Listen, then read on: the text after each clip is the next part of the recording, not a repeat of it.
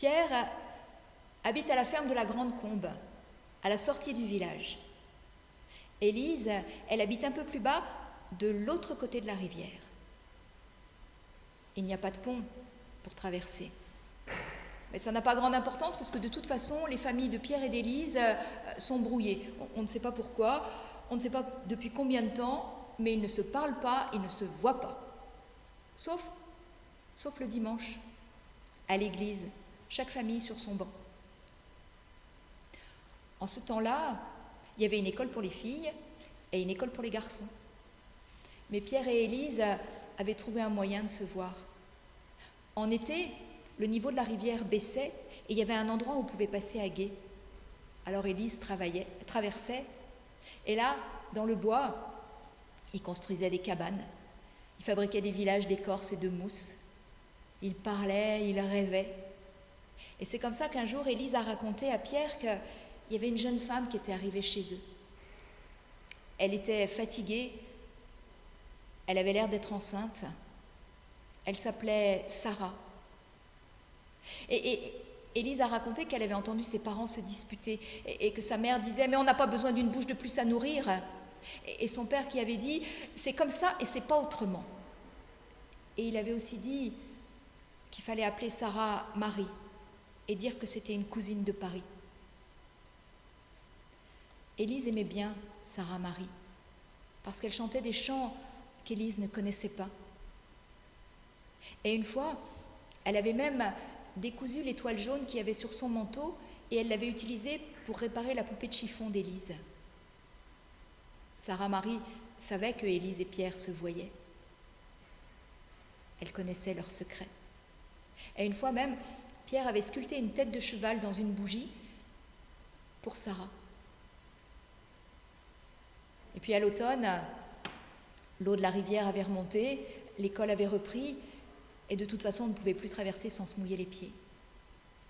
Alors Élise, à la sortie de l'école, elle courait, vite, jusqu'à la Grande Combe, parce qu'elle savait qu'en face, elle pourrait apercevoir Pierre qui passait, parce que c'était l'heure où il rentrait les dindons. Alors il se faisait des grands signes de chaque côté de la rivière. Et après l'automne, l'hiver est arrivé, alors il ne sortait plus de toute façon, il faisait bien trop froid. Et pieds nus dans les sabots de bois, il ne pouvait pas y aller. C'était bientôt Noël. Et dans chaque famille, on se préparait. Ils iraient à l'église le soir de Noël. Ils iraient à pied, sauf Pierre. Les voisins avaient proposé de passer le prendre en voiture. Et Pierre se réjouissait parce que la promenade dans les phares de la voiture, c'était comme un cadeau. Élise était dans sa chambre le soir de Noël. Elle attendait l'heure pour partir à l'église, quand elle a entendu des éclats de voix en bas. Alors elle s'est avancée en haut de l'escalier et elle a vu sa mère, les bras chargés de serviettes, et puis son père avec une grande bassine. Et la mère qui disait « Ah ben il fallait bien que ça arrive, hein, et forcément ce soir, mais enfin de toute façon on ne peut pas la laisser comme ça. » Et avant qu'Élise n'ait réalisé ce qui se passait, sa mère était debout devant elle en lui tendant son manteau. « Mets ça et va chercher la mère de Pierre, on a besoin d'une accoucheuse. » Et devant l'air ébahi d'Élise, sa mère lui a dit « Écoute, c'est pas comme si j'avais pas vu ton petit manège cet été, hein. Alors tu sais où il habite, tu vas chercher sa mère et tu fais vite. Tu traverses la rivière à l'endroit où il n'y a pas trop d'eau, c'est gelé, tu dois pouvoir passer. Mais tu fais attention, hein, tu tapes avec ton bâton et t'avises pas de revenir noyer, hein. Dépêche-toi. » Élise a enfilé son manteau et elle est sortie. Heureusement, la lune éclairait comme en plein jour. Elle a couru jusqu'à la rivière, elle a tapé avec son bâton et elle a traversé. Elle est arrivée devant la maison de Pierre et elle a appelé. Chez Pierre, tout le monde était en train de se préparer pour partir à l'église et Pierre a entendu Élise qui l'appelait. Ah non, c'est pas possible. Bon, c'est sûrement le vent. Et le père de Pierre lui dit « Il n'y a pas de vent, mon fils, va ouvrir la porte, on t'appelle. » Et quand il a ouvert la porte, Élise était là, tremblante de froid, mais elle a éclaté de rire quand elle a vu la surprise de Pierre.